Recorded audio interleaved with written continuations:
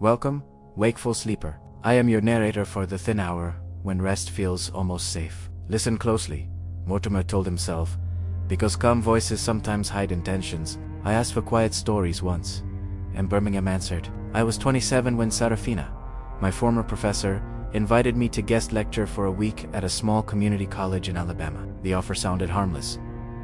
Even hienero usayet, my thoughts kept circling a private unease, a sense of being noticed by something patient. Behavioral psychology was a subject, but observation had always felt mutual to me.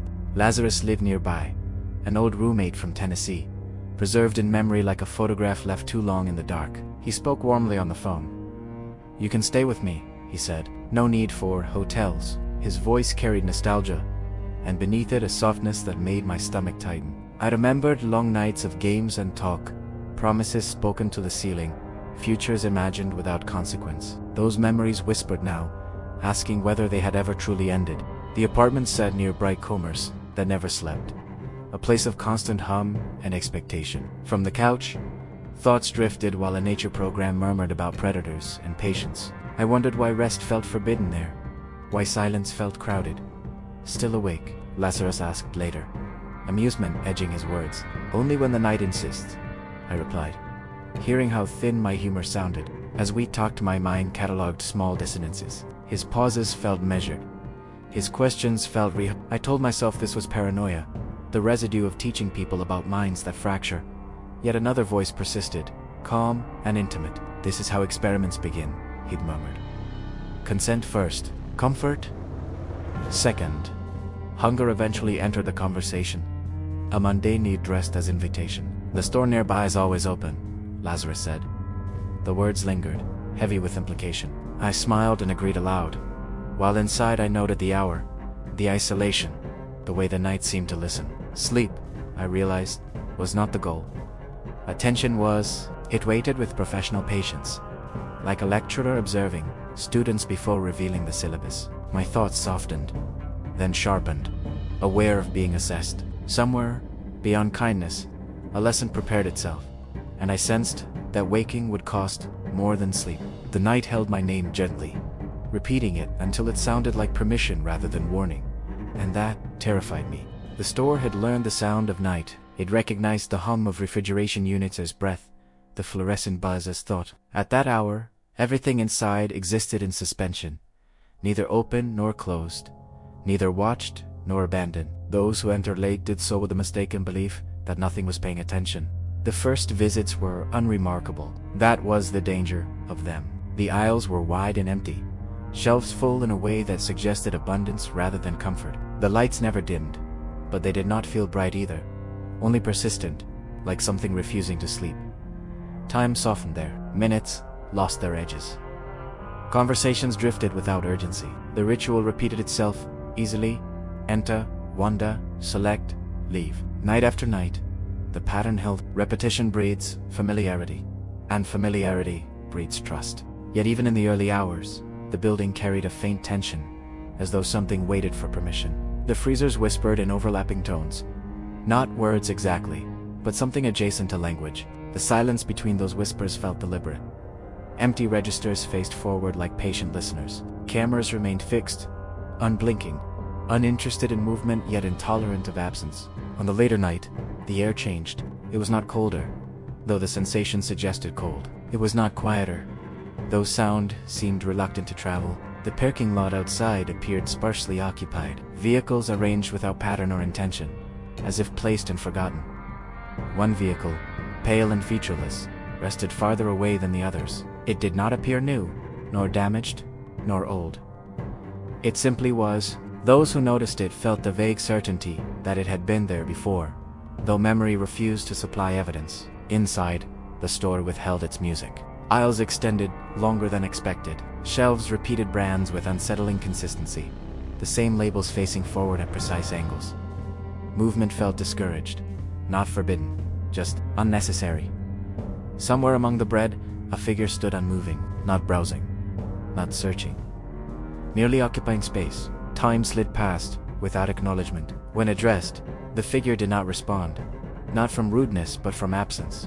Attention passed through it without resistance, like sound through fog. The atmosphere thickened further in the snack aisle. The sensation arrived first, subtle and emotional rather than physical, like entering the aftermath of an argument that never raised its voice. The air held intent. Observation became mutual. At one end of the aisle, a presence waited. At the other, another. They did not regard the shelves. They did not regard the products. Their awareness extended past the center of the aisle, intersecting somewhere unseen. Neither blinked. The realization came quietly. The store was no longer neutral ground. It had become a corridor, a conduit. Something old and patient had found symmetry here, and symmetry demanded completion. The space between observers tightened, not spatially, but conceptually. Meaning pressed inward. A voice emerged, without urgency, calm as policy resident. It spoke with certainty, not threat. The words were not meant for ears alone. They were meant for the structure itself. The second voice answered, equally composed, equally final. The lights did not flicker. The shelves did not shake. Instead, the building listened. What followed was not chaos, but release. The aisle exhaled. Sound overwhelmed thought. The order of products collapsed into irrelevance. Meaning scattered. The store did not resist. It absolved. Then, abruptly, the pressure lifted. Silence returned too quickly, like a held breath let go. Something retreated, not fled, but concluded. Whatever had been incomplete no longer was. The building resumed its hum, satisfied. The ritual had advanced. The store remembered. The aisle no longer felt hostile, yet it did not feel safe. Disorder lingered like residue, traces of an event that refused to resolve into narrative. Products lay displaced, their labels torn, their identities mixed. The floor bore marks that did not correspond to any known process of damage. The store did not attempt to correct this. Correction was not its role. Preservation was. Voices emerged from hidden places. Distressed passed through radios in fragmented tones, as though language itself struggled to remain intact. Instructions contradicted one another. Guidance arrived, too late to matter. The building permitted movement again, but only away from the center, toward exits that now felt symbolic rather than functional. Outside, the night received those who left without comment. Cold air pressed close, insistent but grounding. Sound returned to its proper scale. Distance reasserted itself. The store stood behind them, illuminated, open, unchanged. From the outside, nothing appeared wrong. That was its greatest skill. Authorities arrived, eventually. Their presence introduced structure, questions, linear thinking. They searched for evidence that would fit into known categories. They found fragments small, metallic, they found traces suggesting injury but no subject to attach them to. The store offered no answers. It never did. It simply stood. Stories circulated quietly. Employees spoke in lowered voices about nights that felt longer inside than out, about cameras that recorded nothing during specific intervals, about figures seen once and never again, yet somehow familiar. Schedules changed, shifts shortened. The building remained open, because it always did. 4 days, the door stayed locked after midnight. The ritual paused. But rituals resist interruption. They wait.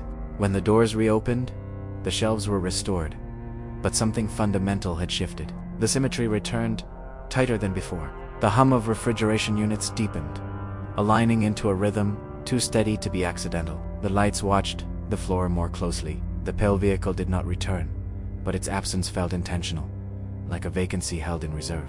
Those who entered late thereafter experienced subtle disorientation. Time bent, aisles misled, voices echoed with unfamiliar inflection. Some left with purchases they did not remember selecting. Some left without purchasing anything at all, uncertain why they had come. A few lingered too long, standing between shelves as though awaiting instruction. The store did not harm them. It did not need to. It only required attention, alignment, participation. It required witnesses. Each late-night visitor contributed something intangible. Awareness, fear, curiosity. The building gathered these quietly, layering them into its structure like insulation. The night shift learned not to question certain sounds, not to follow certain silhouettes, not to acknowledge voices that spoke from empty aisles with practiced calm. Management issued memos filled with neutral language. Customers left reviews describing vague discomfort. Nothing actionable. The ritual continued, refined by repetition. Somewhere in the architecture, A balance had been struck. Observers met. Exchanges occurred. Conclusions were reached. The store remembered every instance, storing them among products and policies, waiting for the next alignment. Long after closing time, when the lights remained on and the world outside slept, the building listened for footsteps. It was patient. Late night retail always was. They never sent follow-up emails. The lights stayed on, the doors stayed open, and the nights kept swallowing people one at a time. I stopped going out late after that. Not out of fear exactly, but awareness. When midnight stretches too long, I watch reflections instead of faces. I note who lingers without purpose. I listen for sounds that don't belong to footsteps. Late night places teach you that safety is mostly a story we tell ourselves to keep moving. If this story unsettled you, don't shake it off too quickly. Sit with it. Let it sharpen your instincts. Stories like this exist because someone noticed too late, or not at all. If you want more nights like this and easy, lingering long after the lights go out, stay here. Subscribe, return, listen again when the world is asleep. And if you've ever felt watched in a place that promised convenience, leave a comment. Some stories only surfaced when enough people admit they felt it too. The night remembers attention, and it always waits for listeners who think they are alone inside stores. I never wanted retail again. After years lost to logistics and a call center that hollowed my thoughts, I promised myself freedom from fluorescent purgatory. Rent whispered otherwise. Unemployment followed like a curse. Desperation placed me inside East Bend Supercenter, a smiling imitation of something soulless outside Greenwood, Indiana. My name is Belladonna, and this confession tastes like rust, dry goods, pharmacy overflow, titles that sounded harmless. My mind repeated them until they felt ritualistic. Voices lingered. Where is the melatonin? Does this stop the itching? Their words stayed longer than they should, echoing inside me after silence returned. I told myself it was normal. Exhaustion and domestic wars filled the space. Children sobbed. Couples hissed. None of it reached me anymore, or so I believed. Something waited beneath the hum of the lights, listening. By Tuesday, in early March, he know my name. Even now, this memory feels borrowed. The shift began the way all the others did, quietly enough to feel intentional. The clock above the service desk read the same minute for longer than it should have, as if time itself had settled into the building. The store's lights hummed with their familiar, artificial steadiness, filling the air with a sound that discouraged thought. Aisles stretched in disciplined rows, stocked with promises of relief, comfort, and care. None of them felt honest. There is a peculiar emptiness that settles in retail spaces during slow hours. It is not silence, but something close to it. A low-pressure void where sounds lose their edges. Somewhere, a child cried and stopped. Somewhere else, a register chirped without urgency. The store absorbed everything and returned nothing. I focused on the shelves in front of me, aligning boxes until they looked untouched. Adult remedies, temporary solutions, words like soothe, ease, and restore repeated themselves until they lost meaning. My thoughts followed the same pattern, looping, flattening, becoming indistinct. That was when the smell began to intrude. At first, it was only a suggestion, an unpleasant note beneath the manufactured cleanliness. I told myself it was a spill, or garbage forgotten too long, or the building's age showing through. Retail teaches you explanations before it teaches awareness. The odor deepened instead of spreading, thickening the air in a way that felt deliberate. I listened harder, suddenly aware of how few people were nearby. The hum of the lights shifted, developing an uneven cadence that didn't match any mechanical rhythm. My skin prickled with the sense of being noticed, though nothing had announced itself. Something entered the aisle, without sound. Not movement, exactly, but presence. The space behind me felt occupied in the way a held breath occupies the lungs. I resisted the urge to turn, guided by a quiet instinct that insisted recognition would be a mistake. The smell intensified, layered now with something faintly sweet and profoundly wrong. My thoughts grew sharp and unkind without my permission. Irritation surfaced, followed by guilt for having it. The presence lingered, close enough to distort the air, close enough to feel when it passed, the atmosphere went with it, thinning abruptly. I released the breath I hadn't realized I was holding. Against reason, I followed at a distance, curiosity framed as responsibility. Near the pharmacy counter, tension gathered like static. Another customer shifted uneasily, reacting without looking back. The pharmacist leaned forward, concern tightening her voice. I couldn't hear the words exchanged, but their cadence suggested warning. Refusal. Something practiced and rehearsed. A gesture drew attention downward. I still couldn't see what was being indicated, but the reaction was unmistakable. The pharmacist recoiled without stepping back, professionalism straining against instinct. My stomach clenched with recognition of a threat that had not yet revealed itself. Advice followed. Urgent language. Consequences carefully named. The presence responded softly. I couldn't hear the words, but their shape was clear. They were not arguments. They were requests. When I stepped closer, the clock jumped ahead several minutes. The store seemed to pause, suspended between procedures. I offered help because the role required it. For the first time, the presence acknowledged me. The eyes that met mine were not afraid. They were intent. A single word escaped. Bareli formet, heavy with meaning. That word settled into me, repeating itself long after the moment passed. Around us, systems resumed their functions. Voices rose. Protocols engaged. Someone made a call meant to summon authority and resolution. The presence listened with patience that felt earned, not passive. The store felt altered, its geometry subtly wrong. Shelves seemed closer together, aisles longer than before. Product labels stared back with forced optimism that now felt accusatory. When the presence turned away, the atmosphere followed, leaving behind an absence that felt louder than noise. It departed without haste, without resistance. The uneven rhythm faded into the background hum. No one followed far. Concern has boundaries when it encounters inconvenience. We did what policy allowed and nothing more. We waited for uniforms and explanations. Later, they arrived with calm voices and practiced empathy. They spoke of infection, of timelines that end quietly if ignored. They searched the predictable places and found nothing. Cameras replayed footage that looked ordinary, empty, insufficient. The presence had not exited so much as dissolved, leaving only the memory of itself. The days that followed were aggressively normal. Customers complained. Children cried on cue.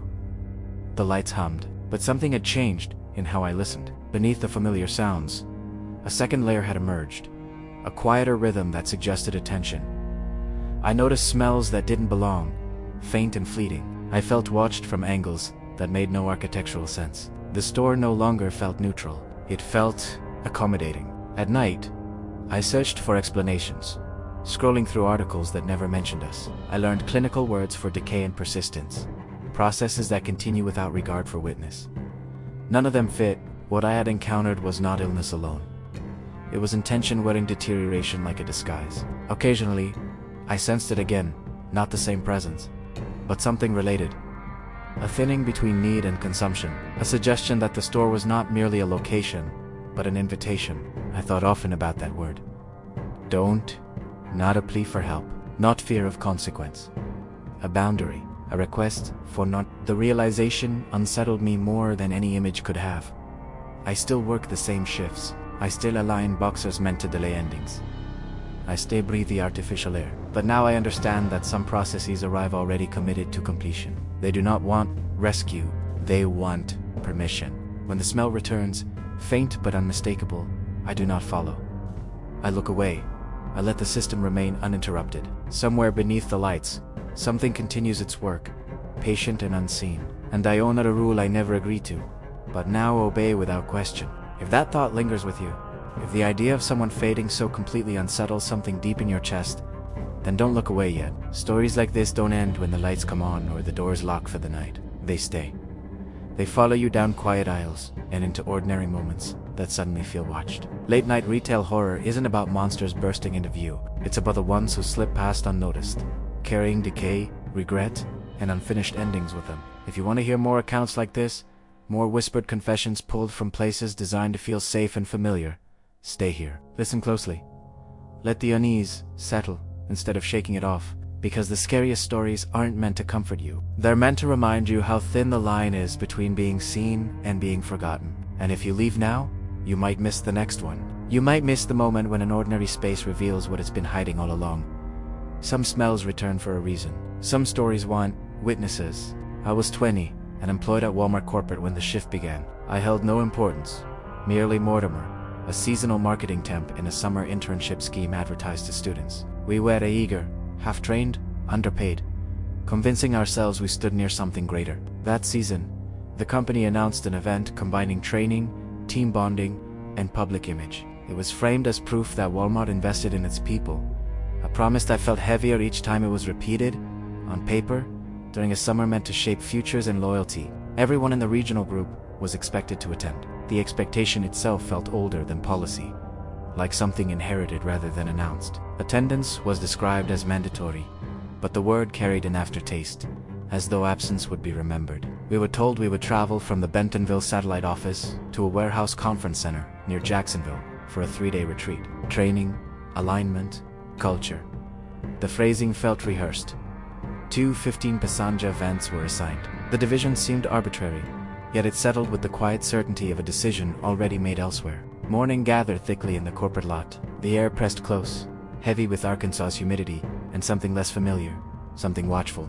People hovered in small clusters, half awake, clutching gas station coffee as if it anchored them. Laughter appeared on schedule, punctual and thin. A voice nearby joked about icebreakers. Another voice answered with a practiced groan. Beneath it all lingered a sense of being counted. One presence stood out, a person known for noise and ease, for filling space without effort. Humor radiated from him, a brightness that made others feel briefly less temporary. Standing nearby felt like borrowing warmth. In contrast, silence wrapped tighter around those who watched rather than spoke. Those who measured themselves against expectations and always found the margin narrow. Conversation drifted toward speculation, trust exercises, endless presentations. Leadership slides disguised as progress. A wager was suggested. Laughter exchanged, the kind that assumes a future meal together. Then supervision intervened. Names were spoken. Numbers adjusted. The reshuffle happened quickly, politely. Just logistics. Balance, efficiency.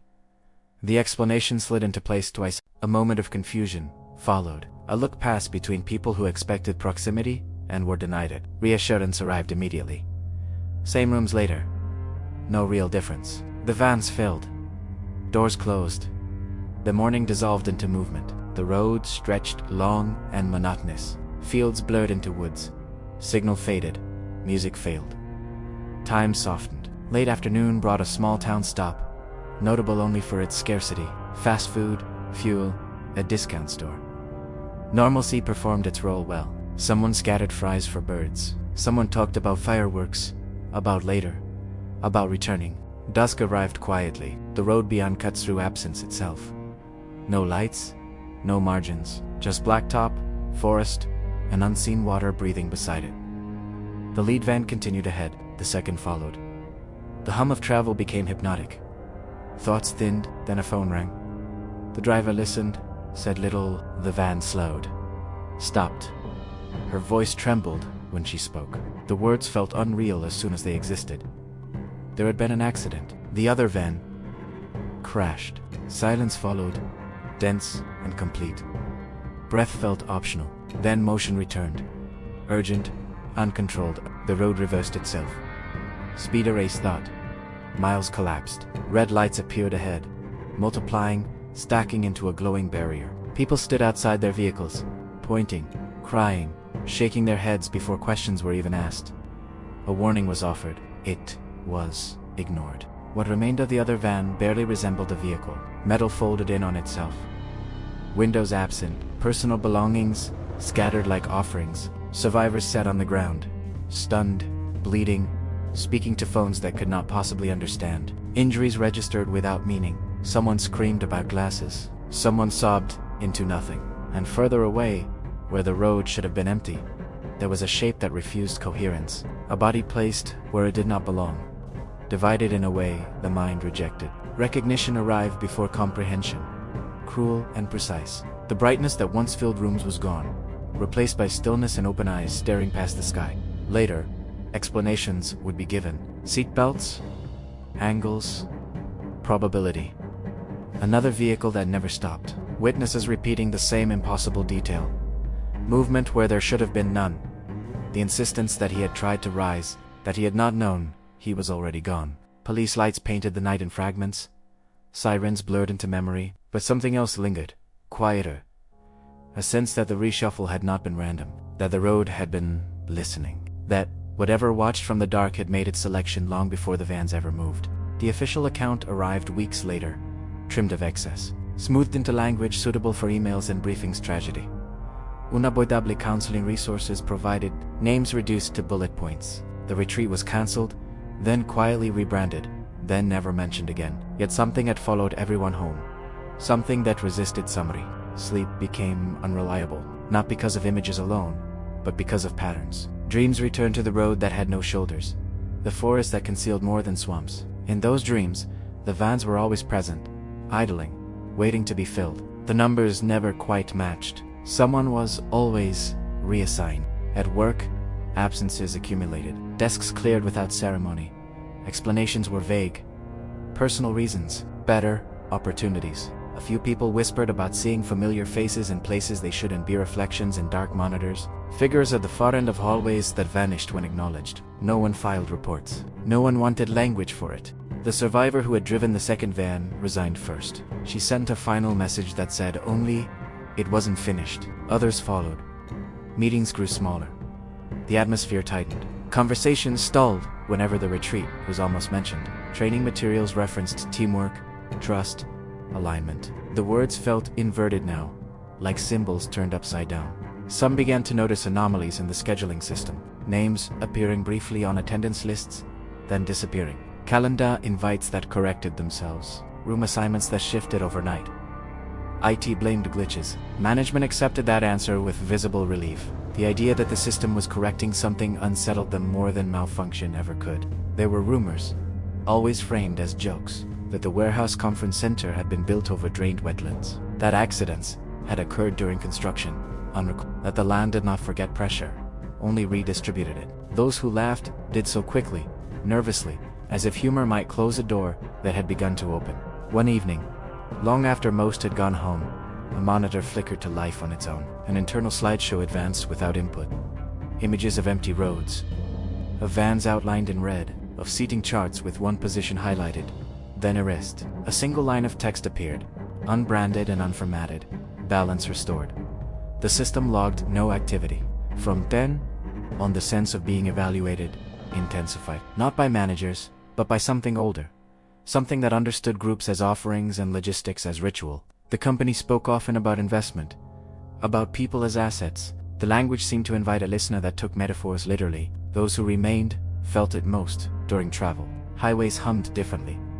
Detours appeared where maps showed none. Rest stops felt crowded despite being empty. There was always the impression of a second vehicle just behind, just out of sight. Matching speed. No one ever spoke the name again, yet it surfaced in unexpected places. Misfiled documents, corrupted audio, the whisper of static when phones lost signal. Not a haunting in the traditional sense. Something worse. A correction, a reminder of a ledger still being balanced. Eventually, the internship program was discontinued, replaced by something newer, sleeker, unnamed. The language improved. The promises softened, but the expectation remained. Attendance required. Numbers adjusted. Vans assigned. And somewhere along a stretch of unlit road, the dark still waits, patient and methodical, confident that the system will always provide another opportunity to even things out. We gave our statements. I said very little until morning, just stared at the ground where the night still felt wrong. They moved us to a hotel before sunrise. No one slept. The company sent counselors. They called it an unfortunate incident. They offered time off and said operations would continue when we felt ready. No one felt ready. The funeral was sealed shut. I couldn't bring myself to attend. I kept thinking it should have been me. That was my place. I was assigned there, briefly, before the change. Long enough to be spared, not long enough to forget. The dreams came anyway. I hear restraints failing. I feel weightless and aware at the same time. I wake up with my jaw clenched, tasting something metallic that isn't there. Years have passed. I still work logistics, still indoors, still careful. One, avoid long roads and company vans. I drive slowly. I listen too closely. I think about the one who didn't get reassigned, about how easily the count was corrected. I don't believe in luck anymore. I believe in selection, in systems that adjust themselves quietly, in something that watches when numbers are uneven. Maybe you felt it too, that pause before a decision, that voice suggesting a minor change. If this story stayed with you, don't ignore it. Pay attention to the small instructions, the harmless switches, because sometimes the difference between before and after is a seat, a moment, A choice you didn't know was being measured. And once it's made, the road remembers. It waits patiently, quietly, until someone listens again and believes the change is harmless, temporary, necessary, inevitable. Final, ordinary, unseen, accepted, signed, counted, balanced, complete, recorded, closed, permanent, chosen, enforced, repeated, remembered, forever. 10 years ago, I believed stability had a voice, and it spoke my name. Mortimer Allais, in a tone that felt permanent. The manufacturing firm in Charleston was never glamorous, but certainty hummed beneath every paycheck. Then the announcements arrived, polite and sterile, and certainty dissolved into numbers and percentages that excluded me. "We're so sorry," my supervisor whispered, and the phrase echoed longer than it should have, lodging somewhere behind my eyes. Rent had no ears. Utilities had no mercy. Savings thinned into anxiety, and anxiety learned my thoughts by heart. Applications vanished into silence. Pride became an antique I could not afford. At 34, I accepted the truth that survival does not negotiate. That is how Walmart entered my life. A supercenter crouched near the interstate, surrounded by failing neon and tired asphalt, humming with exhaustion, even when no one spoke. They placed me in lawn and garden, and the quiet there felt almost devotional. Soil-scented air promised amnesia. Elderly customers murmured about seasons and patience, and I pretended their words were instructions for living. For hours at a time, my mind loosened its grip on regret, and I could imagine recovery as something still possible. But lawn and garden was not a refuge. It was a threshold. "You handle all the transitions," a manager told me softly, as if sharing a secret. Every holiday passed through our department first, carrying its own expectations and masks. Christmas, Easter, back to school, all of them waited their turn, stacked and labeled, dreaming of attention. I did not yet understand what Halloween required. I only knew the decorations listened. They whispered questions about failure, about endings, about how easily a life could be repackaged and shelved. And as autumn approached, something inside me began to answer. It asked my name again there. Mid-August always felt wrong at night, as if summer refused to release its grip even after the lights dimmed. The building never truly slept. Air conditioning struggled against the heat, leaving the darkness thick and damp, every breath tasting recycled and stale. Late shifts blurred time. Clocks felt decorative, meaningless. The seasonal aisle waited like a throat, wide and expectant, filled with cardboard promises labeled for children who would never remember where their supplies came from. There was a sound before anything else. Not loud at first, more like pressure, a tightening in the ears, a thin vibration that suggested something was warming up. It rose without rhythm, scraping higher and lower, as if searching for the right pitch to be understood. The noise carried intelligence. It lingered. It learned the space. The shelves seemed to listen. The sound resolved into a voice that did not belong to one throat. It demanded, repeating itself with mounting insistence. 3, 3, 3. The word bounced unnaturally, bending, deepening, as if the aisle itself were echoing back a correction. The air grew heavier, charged with the sense that refusal was not an option. Nearby conversations thinned into whispers, then silence, like prey sensing a shift. A child stood at the center of it, swollen with rage that felt borrowed from something older. The face was flushed, slick with sweat, eyes unfocused yet precise. The screaming was not distress but command. Nearby, an adult voice tried to soothe, soft and fraying, offering logic, limits, reason. Those words collapsed instantly, dissolving into the noise. The presence behind the child did not understand compromise. Another smaller figure stood apart, quiet, rigid, clutching color like a talisman. Fear radiated from them in waves. It fed the space. It fed whatever was listening. Somewhere nearby, a man watched without looking, attention fractured, detached, as if the moment had already decided not to include him. The screaming reached a new register, something animal but practiced, and the lights flickered in response. For a moment, everything seemed to pause, suspended in a horrible stillness. The air felt wrong, stretched thin, like a membrane about to tear. Then came a sound that should not have existed, a dull, final impact that echoed long after silence returned. The world rushed back in pieces. Voices overlapped. Panic found language. Someone cried out for help. The presence receded slightly, satisfied, its demand fulfilled. The child became calm with terrifying speed, eyes clear, breath steady. The transformation was the worst part. No remorse, no confusion, only apathy. Emergency lights washed the aisle in artificial red. Whispers spread faster than facts. No one knew what to say. No one knew what to do. The adults spoke in fragments, disbelief stitched into every sentence. Somewhere, someone asked what had happened. The question felt obscene. The answer was already imprinted into the floor, into the walls, into everyone watching. Later, rumors replaced certainty. Stories circulated about what was lost, about consequences that followed unseen. Nothing was confirmed. The building absorbed it all without comment. The shelves were restocked, the bins refilled. The aisle reset itself like a wound that refused to scar. Weeks passed, night shifts continued, and then the sound returned. Softer this time? Familiar? A voice testing the air again, asking for more. The child walked the aisles, as if nothing had ever occurred, tugging at an adult hand, pointing, choosing. The presence hovered close, patient now, knowing it had been invited once. That day was remembered as loud. It should have been remembered as a warning.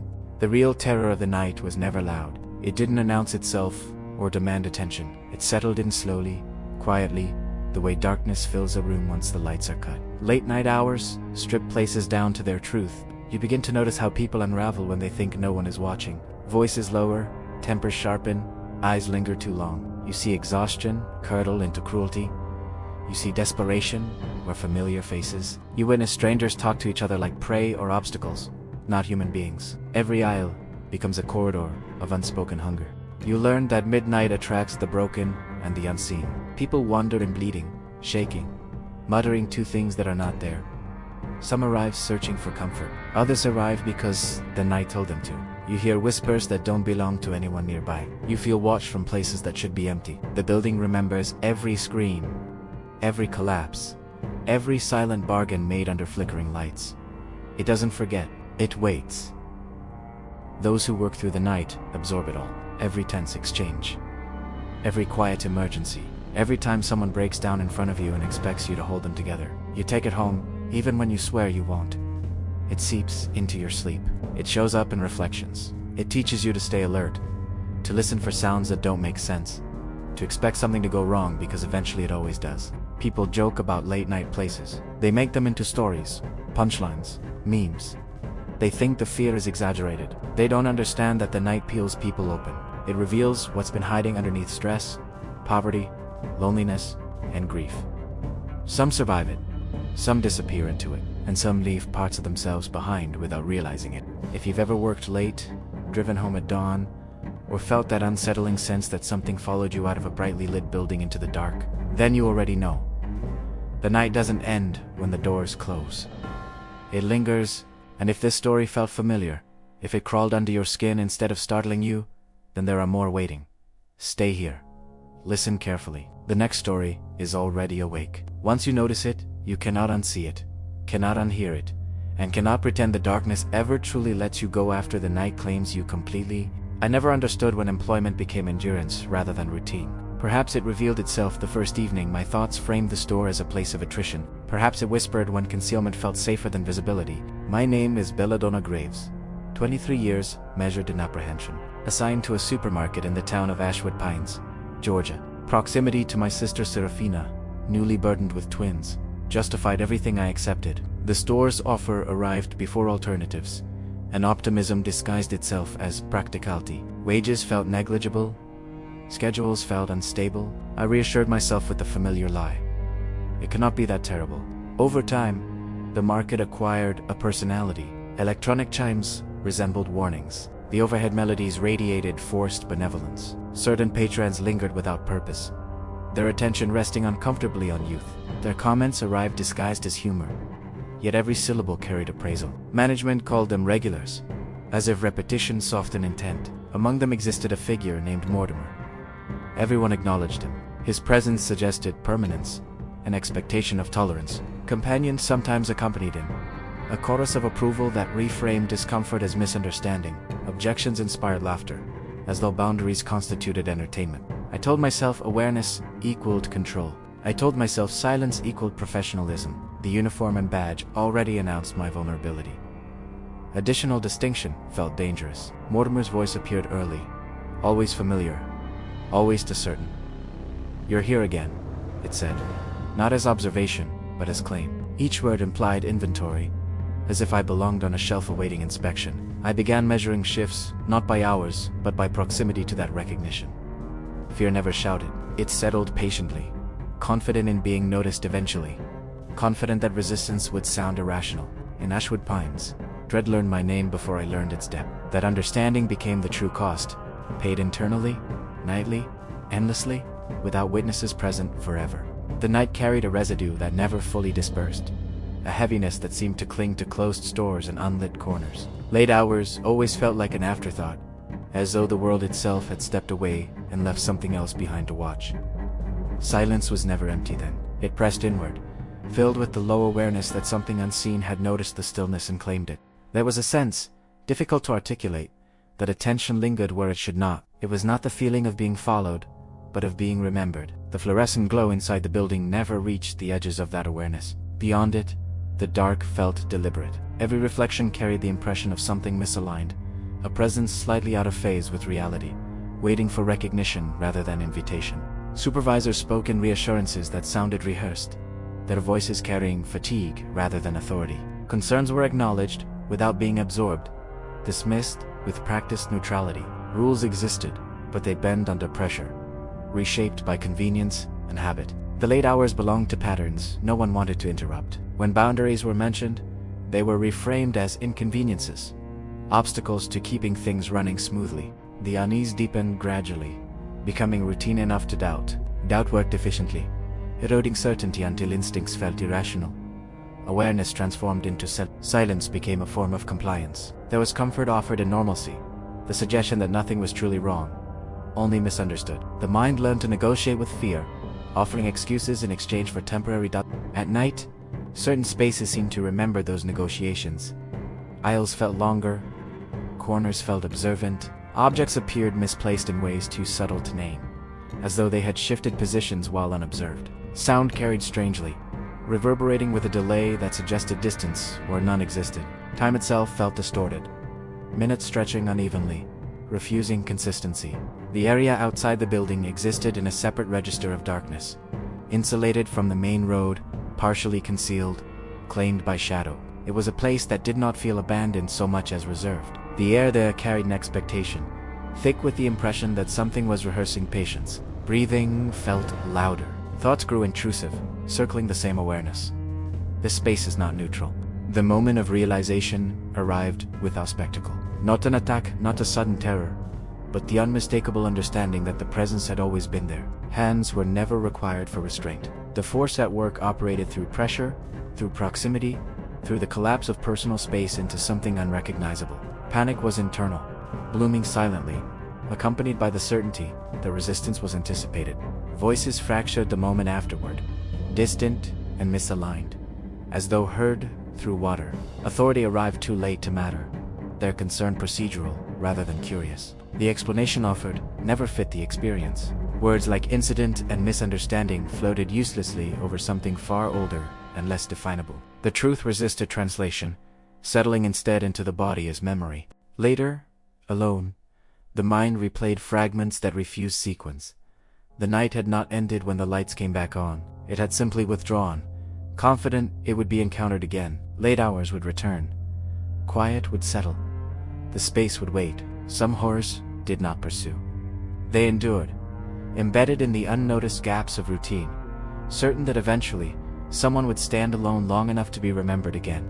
I didn't wait for dawn. I didn't look back at the building or the empty lot or the stretch of darkness that felt aware of my leaving. I went home, packed what I could carry, and let the night keep everything else. By morning, the silence followed me, settling into corners like it belonged there. I found work elsewhere, under brighter lights, with doors that locked and voices that answered. Still, I never stayed late again. I never trusted quiet hours.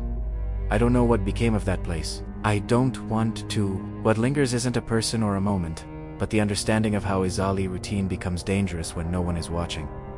Late night spaces ask too much of those inside them. They test how long you'll ignore discomfort, how long you'll normalize dread. Sometimes, when the world grows still, I remember how close ordinary life came to swallowing me whole.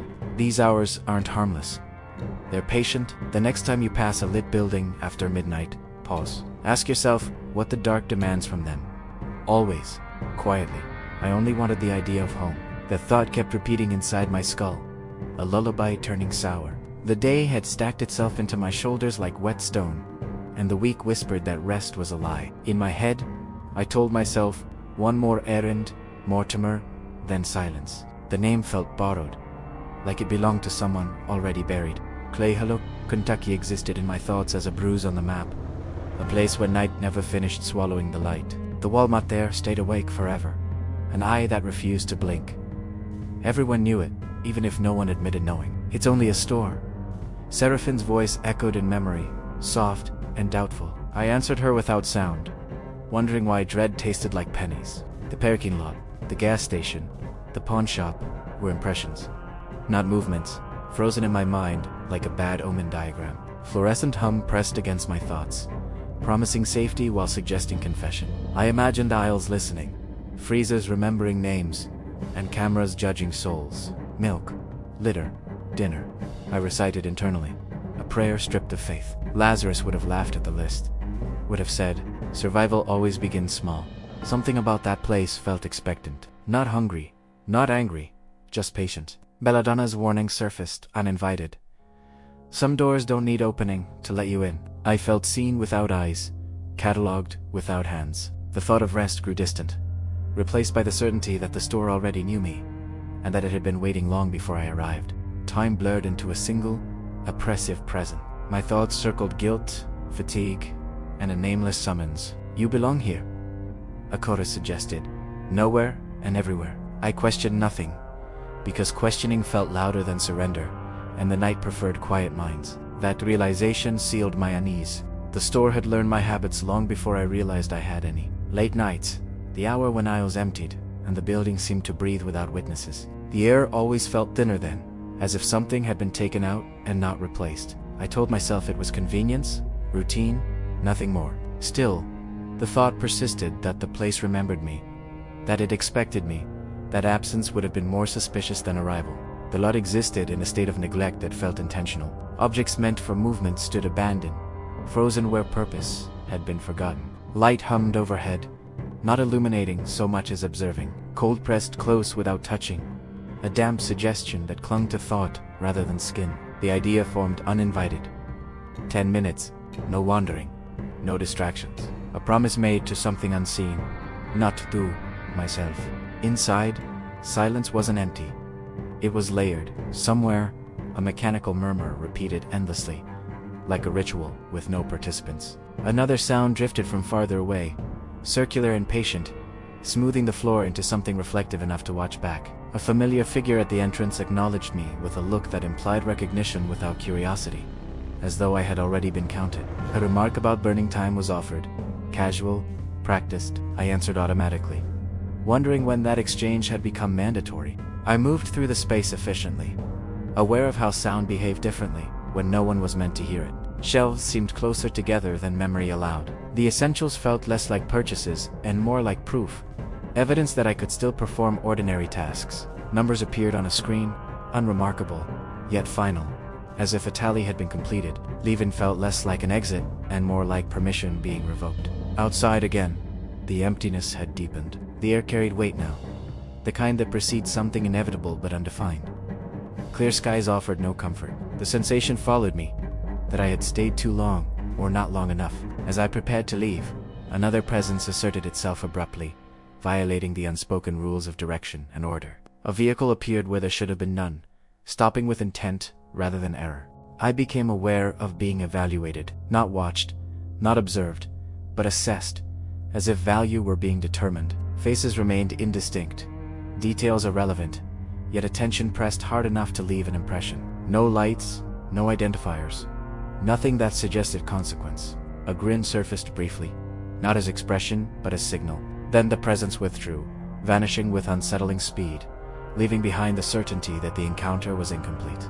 The road away from the store narrowed, bordered by structures long emptied of purpose. Darkness pooled between them. When headlights appeared behind me, familiarity replaced doubt. Coincidence attempted to assert itself, and failed. The distance closed, deliberately. Light pulsing patterns that felt communicative, not random. The message carried was simple. You are seen, and you are expected to respond. Pressure mounted. Not just from behind, but from within. The realization settled that safety was theoretical here. A concept that didn't apply to roads that existed mostly in memory. Speed changed nothing. Hesitation invited more attention. Something was being tested. Patience, perhaps. Or fear. An object was raised in the glare. Its shape suggestive rather than clear.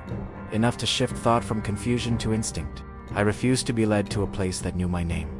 So I chose a forgotten space instead. Gravel announced the decision loudly, betraying me. The presence followed, pleased. Escape narrowed into impossibility as angles closed and options vanished. Voices spilled into the night. No longer contained. No longer pretending. Words mattered less than tone. The demand was not for compliance but for acknowledgement. Enclosure triggered something primal. Signals failed. Barriers held only in theory. The command to break through was spoken calmly, rehearsed, as though this outcome had been planned long before tonight. Fear sharpened perception. Then, from behind the abandoned structure, movement manifested as interruption. Heavy steps, multiple, accompanied by light that cut through the dark with purpose. The balance shifted, the presence recoiled, not in panic, but in irritation, retreating when observed by the wrong witnesses. Sound and speed reclaimed the night, leaving silence, shaken but intact. Assistants arrived without faces worth remembering. Voices concerned but distant, as if already fading. I answered when prompted, though words felt borrowed. Later, when the night finally released its grip, one thought remained. The store would still be open tomorrow. The road would still be there. And whatever had followed me had not failed. It had simply postponed the rest of the conversation. They listened when I tried to explain it, nodding in the careful way people do when they don't fully believe you. Reports were written, descriptions taken, reassurances offered that dissolved by morning. Nothing was ever found. No record, no trace, no reason for it to have happened at all. Yet the night changed me anyway. I learned to recognize silence as a warning. One avoided empty places, memorized escape routes, watched reflections more than the road ahead. Even now, long after the fear should have faded, I hesitate before driving after dark. Because once you understand how thin the line is, how quickly the ordinary slips into something watching, you never truly feel alone again.